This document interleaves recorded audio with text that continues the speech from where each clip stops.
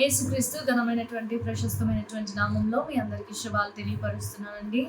మరి శిలువ ధ్యాన దినాలలో మనము ఉంటూ ఉండగా ఆయన మాటలు ధ్యానం చేస్తూ ఆయన పలికినటువంటి అలనాడు శిలువలో పలికినటువంటి 7 మాటలు గొప్ప మాదిరిని మనకి చూపిస్తూ ఉన్నాయి. ఆ 7 మాటల అనుసారంగా మన జీవితాలు నడిచినట్లుగాను మరి ప్రతి ఒక్క సంవత్సరం మనం ఆ మాటలు ధ్యానం చేసుకుంటూ ఉన్నప్పుడు ఆ సత్యం మనం ఏం గ్రహిస్తున్నాం అన్నటువంటిది ఒకసారి మనం జ్ఞాపకం చేసుకోవాలి. ఆ సత్యము గ్రహించినటువంటి వాక్యము, గ్రహించినటువంటి సత్యాన్ని నలుగురికి మరి సువార్త ప్రకటిస్తూ లేదా మన జీవితాలలో మనము అనుసరించే వారిగా ఉన్నామా లేదన్నటువంటిది ఒక చిన్నది జ్ఞాపకం చేసుకోవాలండి. అదే విధముగా ఈరోజు మనం 7వ మాటలో ధ్యానం చేసుకుందాం. 7వ మాటలోనికి వెళ్ళక ముందు ఒక చిన్న ప్రార్థనతో ప్రారంభించుకుందామండి. తలలు వంచినట్లయితే ప్రార్థన. మహాపరిశుద్ధాజ్యం కలిగినటువంటి దేవా, జీవాధిపతి, నీకు వందనములు, నీకు స్తుతులు, స్తోత్రములయ్యా. అయ్యా దేవాన్ని తెలిసే ప్రభా, నువ్వు చేసినటువంటి త్యాగము రాజా, అయ్యా దేవాన్ని తెలిసి నువ్వు చూపించినటువంటి ప్రేమ ప్రభా, దేవాన్ని తెలిసే ప్రభా, ఏమిచ్చి నీ రుణము మేము తీర్చుకోలేమయ్యా. అయ్యా దేవా, కేవలము రాజా దేవాని సన్నిధిలో అబ్బా తండ్రి అని ప్రార్థించడం మాత్రమే రాజా తెలిసి ఉన్నది ప్రభా. అయ్యా దేవాన్ని తెలిసే ప్రభా, దేవాన్ని తెలిసే 7వ మాట రాజా మేము ధ్యానించుకుంటున్నాగా ప్రభా. అయ్యా నువ్వు మాతో మాట్లాడండి, బలపరచండి, ధైర్యపరచండి, స్థిరపరచండి ప్రభా.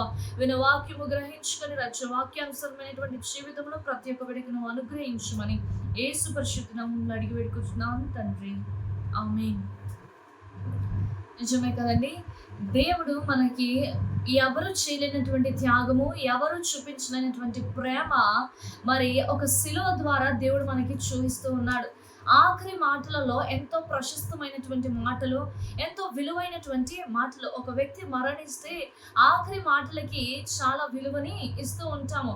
ఆఖరి మాటలకి ఎంతో విలువ ఉంటుందన్నమాట. ఏం చెప్పారు అన్నటువంటి ఆసక్తి, ఏం మాట్లాడారు, ఏం చెప్పారు, ఏం కనుక్కున్నారు అన్నటువంటిది ఆసక్తి మరి అనేక మందిలో ఉంటూ ఉంది. మరి అల్లాడు యేసుక్రీస్తు ప్రభువారు శిలువలో మరణించినప్పుడు మరి ఆయా మాటల దగ్గర కొంచెం గ్యాప్ తీసుకొని పలికినప్పటికైనాను మరి 7 మాటలు ముగించారు. చివరి మాటగా దేవుడు ఏం పలుకుతూ ఉన్నాడంటే, లూకా సువార్త 23వ అధ్యాయము 46వ వచనములో మనం చూసినట్లయితే, అప్పుడు యేసు గొప్ప శబ్దముతో కేక వేసి, తండ్రి నీ చేతికి నా ఆత్మను అప్పగించుకొనుచున్నాను అనెను. ఆయన ఇలాగు చెప్పి ప్రాణము విడిచెను. హల్లెలూయా. 7 మాటలలో ప్రతి ఒక్క మాట శ్రేష్టమైనదండి. ప్రతి ఒక్క మాటలో గొప్ప మాదిరిని దేవుడు మనకి చూపిస్తూ ఉన్నాడు. ప్రతి ఒక్క మాటలో ఆయన మనతో మాట్లాడుతూ వస్తున్నాడు. ప్రతి ఒక్క మాట మరి ఒక 3 మాటలు మనం చూసినట్లయితే మనుషులతో మాట్లాడుతూ ఉన్నారు. అక్కడ మరి మనుషులు అక్కడ తల్లిని మరి అక్కడ చూపించి, ఇదిగో నీ తల్లి, ఇదిగో నీ కుమారుడని అక్కడ సెలవిస్తూ ఉన్నాడు. ప్రతి ఒక్క మాటలో మరి మనం గ్రహించినట్లయితే గొప్ప సందేశం, గొప్ప సాదృశ్యాలు మనకు కనిపిస్తూ ఉంటాయి. ఇక్కడ ఆఖరి మాటలో మనం ఏం గ్రహించొచ్చాయా అంటే, అక్కడ ఏమంటున్నాడండి, 46వ వచనం అండి. స్పష్టంగా మనం చదివినట్లయితే, గొప్ప శబ్దముతో కేక వేసాను. ఎలా కేక వేసానంట? గొప్ప శబ్దముతో కేక వేసాను. ఏమని కేక వేసానయ్యా అంటే, తండ్రి నీ చేతికి నేను ఆత్మను అప్పగించుకొనుచున్నాను. ఆయన ఇలాగూ చెప్పి ప్రాణము విడిచెను. హల్లెలూయా. ఇక్కడ మనం చూసినట్లయితే ఆయన గొప్ప శబ్దముతో కేక వేసిన. ఏమని అక్కడ సంబోధిస్తున్నాడయ్యా అంటే, తండ్రి అని అక్కడ సంబోధిస్తున్నాడు. ఇక్కడ మనం గ్రహించాల్సింది ఏంటయ్యా అంటే, మనము తండ్రిని ఇక్కడ మనము నార్మల్గా మనం చూసినట్లయితే మరి శారీరకమైనటువంటి తండ్రిని మరి తండ్రి అని మనం పిలుస్తూ ఉంటాము, నాన్న అని పిలుస్తూ ఉంటాము, డాడ్ అని పిలుస్తూ అనేకమైనటువంటి పదజాలముతోని మరి తండ్రిని ఆయా భాషలతోని మనం పిలుస్తూ ఉంటాము. కానీ అనేక మంది మరి శారీరకమైనటువంటి తండ్రిని తండ్రి అని పిలిచినప్పుడు మన పరలోకపు తండ్రిని కూడా తండ్రి అని పిలిచేటువంటి అవకాశము దేవుడు మనకి ఇక్కడ అనుగ్రహించాలన్నటువంటి విషయము, సత్యము ఇక్కడ మనం గ్రహించాలి. అనేక మంది మరి అనేకమైనటువంటి మరి ఆయా దేవుళ్ళు మనం చూస్తూ ఉంటాము, కానీ వారి మరి పేర్లతోనే పిలుస్తూ ఉంటారు. కానీ మన పరలోకపు తండ్రి గొప్ప అవకాశం మనకు ఏమిచ్చాడయా అంటే, మనము ఆయనతో ఏ విధముగా సంబోధించండి, ఏ విధముగా మనం పలకరియొచ్చు ఆయనని? తండ్రి అనని స్వేచ్ఛగా మనం ఆయనని పలకరియొచ్చు. అబ్బా తండ్రి అని ప్రార్థించుటకు ఆయన గొప్ప స్వేచ్ఛను దేవుడు మనకు అనుగ్రహించాడు. గొప్ప అవకాశాన్ని దేవుడు మనకి అనుగ్రహించాడు. ఆ అవకాశాన్ని మనం ఉపయోగించుకుంటున్నామా? సద్వినియోగపరుచుకుంటూ ఉన్నామా? ఆయన ఆ సిలువలో వేలాడుతూ కూడా ఆ తండ్రితోని సంబోధిస్తూ ఉన్నాడు. అయా తండ్రి, నా ఆత్మను నీ చేతికి అప్పగిస్తూ ఉన్నాను అని అక్కడ చెప్తూ ఉన్నాడు. ఆయన మరణము మనకి పరలోకానికి మార్గమై ఉన్నది. ఆయన మరణము ద్వారా మన పాపములను తుడిచిపెట్టబడ్డాయి. ఆయన మరణము ద్వారా మన పాపములు, మనం చేసినటువంటి అపరాధములు అక్కడ కడిగివేయబడుతున్నట్లు మనం చూడవచ్చు. ఆయన మరణము ద్వారా మన పాప దోషములను అక్కడ పరిహరించబడినట్లు మనం గమనించవచ్చు. అక్కడ మనం ఏదైనా కానీ అక్కడ తండ్రి ప్రాణము విడిచే ముందు ఆయన ప్రాణము విడిచే ముందు తండ్రికి ఆయన ప్రాణమును అప్పగించున్నట్లు మనం అక్కడ సత్యాన్ని గ్రహించవచ్చండి. దేవుని బిడ్డలారా, ఇక్కడ మనం గమనించాల్సిన విషయం ఏంటయ్యా అంటే, దేవుడు ఆయన చేసినటువంటి సిలువ త్యాగము ద్వారా మన పాపములు కడిగివేయబడ్డాయి. ఆయన చేసినటువంటి గొప్ప త్యాగము ద్వారా మన పాపములు కడిగివేయబడ్డాయి. ఆ కడిగివేయబడినటువంటిది నీవు క్రీస్తు యందు విశ్వసిస్తూ ఉన్నావా? నీవు క్రీస్తు యందు నిరీక్షిస్తూ ఉన్నావా? నీవు క్రీస్తు మరణము మన పరలోకానికి మార్గమే అని నమ్ముచూ ఉన్నావా అన్నటువంటి విషయం మనము గ్రహించాలి. ఇక్కడ ఆయన మరణము ద్వారానే, ఆయన మరణించి తిరిగి లేపబడిన ద్వారా మాత్రమే మనకి పరలోకపు మార్గము ఉంటుందన్నటువంటి సత్యము మర్చిపోకూడదండి. అంటూ ఉన్నాడు కదా పరిశుద్ధుడైన పౌలు. ఏంటి అయ్యా అంటే, ఫిలిప్పీయులకు రాసిన పత్రిక 1వ అధ్యాయము 21వ వచనంలో చూసినట్లయితే, నా మట్టుకైతే బ్రతుకుట క్రీస్తే, చావైతే లాభమే. హల్లెలూయా. ఇక్కడ మనం చూసినట్లయితే మనం బ్రతుకుట ఏంటయ్యా అంటే, బ్రతుకుట నా మట్టుకైతే బ్రతుకుట క్రీస్తే, చావైనా లాభమే. ఒకవేళ నువ్వు మరణించినా కానీ అది లాభం అనుకుంటే, అది నువ్వు ఎప్పుడు లాభం అనుకుంటావయ్యా అంటే, దేవుని మీద నువ్వు ఆధారపడి ఆయన సిలువ పునరుద్ధానము నీవు నిరీక్షించినప్పుడు మాత్రమే చావైనా లాభమని మాత్రం నీవు ఖచ్చితంగా నమ్మగలవండి. ఆ నా మట్టుకైతే బ్రతుకుట క్రీస్తే. బ్రతికి ఉన్నప్పుడు నీవు బ్రతుకున్నటువంటి ప్రతి క్షణము, ప్రతి నిమిషము అది నీవు క్రీస్తు ద్వారానే బ్రతుకుతున్నావు అన్నటువంటి సత్యము మాత్రం నీవు మర్చిపోవద్దు. చనిపోయినా కూడా నీవు లాభము పొందుకుంటావు అన్నటువంటి సత్యము కూడా మనం మర్చిపోకూడదండి. ఒకవేళ చనిపోతే నేను ఎక్కడికి వెళ్తానో, ఒకవేళ మరణిస్తే నా కుటుంబ సభ్యులు ఏమైపోతారో, ఒకవేళ నేను మరణిస్తే నేను నరకానికి వెళ్తానేమో, నా బాధ్యతలు ఏమైపోతాయో, ఇవన్నీ కాదండి. ఒకవేళ నీవు బ్రతికి ఉన్నప్పుడు క్రీస్తు ద్వారా, క్రీస్తు అనేటువంటి బండ మీద నువ్వు ఆధారపడినప్పుడు నీవు చనిపోయినను లాభము పొందుకుంటావు అన్నటువంటి సత్యము మర్చిపోకూడదండి. హల్లెలూయా, హల్లెలూయా అంటూ ఉన్నారు కదా. అక్కడ ఏంటంటే, మనము బ్రతికి ఉన్నప్పుడే మన జీవితాలను సరిచేసుకొని మనము ఆయన మీద ఆధారపడాలి. అప్పుడే మనము చనిపోయినా కానీ లాభము పొందుకునేటువంటి గొప్ప అవకాశము ఉంటుంది. ఇక్కడ మనం సహజంగా చూసినట్లయితే మరణము అనంటే చాలా మందికి భయము, చాలా మందికి ఆవేదన, నేను చనిపోతానేమో. ఒకవేళ మనం చూసినట్లయితే ఈ మధ్య కాల దినాలలో మనం చూసినట్లయితే ఏదైనా వ్యాధి సోకంగానే ఇది మేము చెప్పలేము అని వైద్యులు చెప్పగానే అక్కడ ఏమైపోతుందండి, మరణం అనేటువంటి భయము వెంటాడుతూ ఉంటుంది. మరణం అనేటువంటి భయము మరి పడుకున్నను, తిన్నను, లేచినను, నడిచినను, కూర్చున్నను ప్రతి ఒక్క సమయంలో మరణం అనేటువంటి భయము వెంటాడుతూ ఉంటుందన్నమాట. అటువంటి మరణము ఒకవేళ నీ దగ్గరికి వచ్చినను నీవు ధైర్యముగా నేను చావైనా కానీ అది నాకు లాభమే అని నీవు నిరీక్షణగా నిలబడినప్పుడే దేవుడు నీ పక్షమున ఉంటాడు.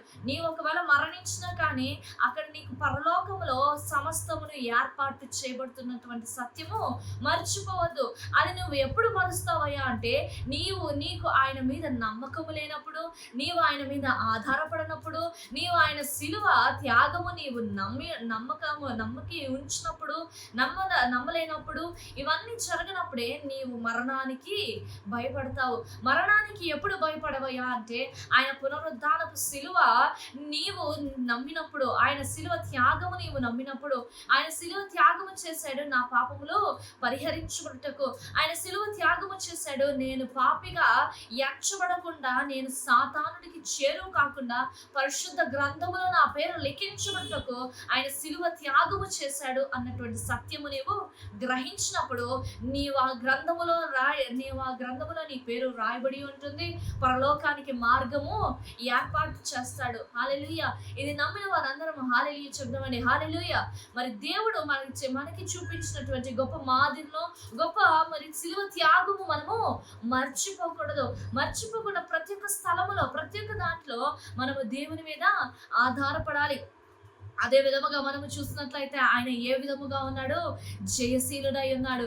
ఆయన క్రీస్తు మనకి జయశీలుడై ఉన్నాడు. మన ఆత్మలో మరి తన ఆత్మను దేవునికి అప్పచెప్పి తన ఆత్మను ఆయనకి అప్పగించుకొని మరి మరణము నుండి విజయము పొంది మరి పునరుద్ధానపు దినమున లేచినటువంటి దేవుడై ఉన్నాడు.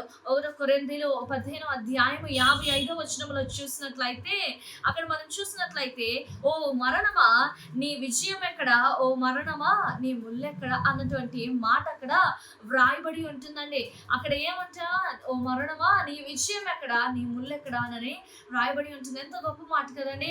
మన మరణము విరిచివేయబడడానికి, మన మరణము లేదా మన మరణము అనేటువంటి ఆ మరణపు ముళ్ళను విరిచివేసినటువంటి గొప్ప శక్తి కలిగినటువంటి దేవుడు అండి. ఆయన మరణము ద్వారా మన మరణపు ముళ్ళను విడిచినటువంటి దేవుడు. ఆయన కార్చినటువంటి ప్రతి ఒక్క రక్తపు బొట్టు ద్వారా మన పాపములను కడిగినటువంటి దేవుడై ఉన్నాడు. ఆయన చెప్తున్నాడు కదా, బిగ్గరగా శబ్దము చేస్తూ ఉన్నాడు. బిగ్గరగా దేవునికి మన తండ్రికి ఆయన ఆత్మను అప్పగించుచున్నాడు. అక్కడ ఆయన ఆత్మను దేవుని హస్తాలకి అప్పచెప్తూ ఉన్నాడు. ఈరోజు నీవు నేను కూడా మన ఆత్మ, మన శరీరము, మన హృదయములు, మన తలంపులు, మన ఆలోచనలు ఏవైతే ఉన్నాయో ఆయనకు అప్పచెప్తామా? ఏవైతే మనము ఆలోచిస్తున్నామో ఆయనకి అప్పచెప్పే వారిమిగా గుంపులో మనము ఉండగలమా? మనం ఉన్నప్పుడే ఆయన చేసినటువంటి త్యాగానికి గొప్ప ప్రతిఫలం ఉంటుందండి. ఆయన ప్రతి ఒక్క మాట గొప్ప మాదిరికరముగా మనకు చూపించబడుతూ ఉన్నది. ప్రతి ఒక్క మాట మరి గొప్ప ఆదర్శముగా లేదా గొప్ప మార్గముగా ఎంచబడుతూ ఉన్నది. ఆ మాట గ్రహించుకొని ఆ మాటల అనుసారంగా మనము జీవించే వారిగా ఉండాలండి. అదే విధముగా మనము చూసినట్లయితే యోహాను సువార్త 16:33 కూడా మీరు చూసినట్లయితే పాపం మీద జయము ఉన్నది, లోకములో మీకు శ్రమ కలిగినను ఆయనను ధైర్యమును తెచ్చుకొనడి, నేను లోకమును జయించి ఉన్నాను. హల్లెలూయా. గొప్ప మాట అంటున్నాడు కదండి. ఆయన లోకమును జయించి ఉన్నాడు. ఏ విధముగా? ఆయన ప్రాణము త్యాగము చేసి ఈ లోకమును జయించి ఉన్నాడు. ఎవరి కోసము? నీ నా కోసమే కదా. ఈ లోకములో ప్రతి ఒక్కటి అందరూ విడిచిపెట్టారు, తల్లిదండ్రులు విడిచిపెట్టారని దుఃఖించేవారు లేకపోలేదు. లేదా తల్లిదండ్రులు విడిచి బిడ్డలు వెళ్ళిపోయినటువంటి వారు ఏ విధముగా అయితే వెళ్ళిపోయారో తల్లిదండ్రులు దుఃఖించినటువంటి వారు లేకపోలేదండి. కానీ ఈరోజు ఆయన మన కోసం, ఆయన ఎవరో మనకి తెలియదు. ఆయన ఎవరో నీవు నేను పుట్టక మునిపే, నీవు నేను ఆయనకి తెలియక మునిపే నీ నా కోసం ఆయన శిలువలో మరణించాడు. ఆయన ఎంత గొప్ప త్యాగం చేశాడండి. ఈ లోకంలో ఎవరు చేయలేరు. ఆఖరికి కన్న తల్లి కానీ, తల్లిదండ్రులు కానీ, తోబుట్టులు కానీ ఎవరు చేయలేనటువంటి త్యాగము నీవు నేను ఎవరో తెలియక ముందే ఆయన త్యాగం చేశాడండి. ఆ చిన్న సత్యము మనం గ్రహించాలి. ఒక చిన్న విషయమును మనం జ్ఞాపకం చేసుకోవాలి. ఎవరో తెలియక ముందే నీ కోసం ప్రాణం పెట్టాడే. ఈరోజు తెలిసిన వారి కోసం పాకులాడి ప్రయోజనం లేదు. ఎవరో తెలియక ముందే నీ కోసం ప్రాణం పెట్టినటువంటి యేసు ప్రభువునే ఆయనని ఎరిగి ఆయన సత్య మార్గంలో నడిచినట్లయితే గొప్ప పరలోక మార్గము, బంగారు వీధులలో నడిచేటువంటి కృప దేవుడు మనకి అనుగ్రహిస్తాడు. ఆ సత్యంను మనం గ్రహిస్తామా? ఈ రోజులు సంవత్సరంలో ప్రతి ఒక్క సంవత్సరము మరి అన్నీ వస్తున్నాయి. శుభ శుక్రవారం వస్తుంది, పునరుద్ధరణపు ఆరాధనలు వస్తున్నాయి, అన్ని గడిచిపోతూ ఉన్నాయి. కానీ మన జీవితాలలో మార్పు అనేది కలగట్లేదేమో, మన జీవితాలలో మార్పు అనేది తెలియట్లేదేమో. ఏ విధముగా వస్తున్నాయా అనంటే ఎన్ని సందేశాలు విన్నా, ఎన్ని చూసినా, ఎన్ని చదివినా కానీ నీ జీవితంలో మార్పు లేదు అనంటే ఎందుకు? కేవలము నీవు ఆయనని అంగీకరించకపోవడమే కారణము. ఆయన పునరుత్థానపు, ఆయన శిలువ మరణము నీవు అంగీకరించి నీ జీవితంలోకి ఆ సత్యాన్ని ఆహ్వానించి ఆయన మీద మనము ఆయన సొంత రక్షకునిగా అంగీకరించిన ఎడల ఆయన పునరుత్థానపు శక్తి నీవు పొందుకునేటువంటి గొప్ప అవకాశం ఉంటుంది. ఆయన శిలువ మరణం, ఆయన శిలువ త్యాగము, నీ నా పాప పరిహారార్థము కోసం చేసినటువంటి ఆ త్యాగమునకు అర్థం ఉంటుందన్నటువంటి సత్యం మాత్రము మర్చిపోవద్దండి. దేవుడు మనకి చెప్పకనే చెప్తూ ఉన్నాడు, అన్ని నీ పాపముల కోసము నా ప్రాణములను త్యాగం చేశానండి. మన పాపముల కోసం ఆయన ప్రాణం పెట్టాడు, మన పాపముల కోసం ఆయన తిరిగి లేచాడు. అన్ని తుడిచిపెట్టబడి ఆయన పునరుద్ధారుడై 3వ దినమున లేచినటువంటి దేవుడు. ఈ సత్యాన్ని గ్రహిద్దామా?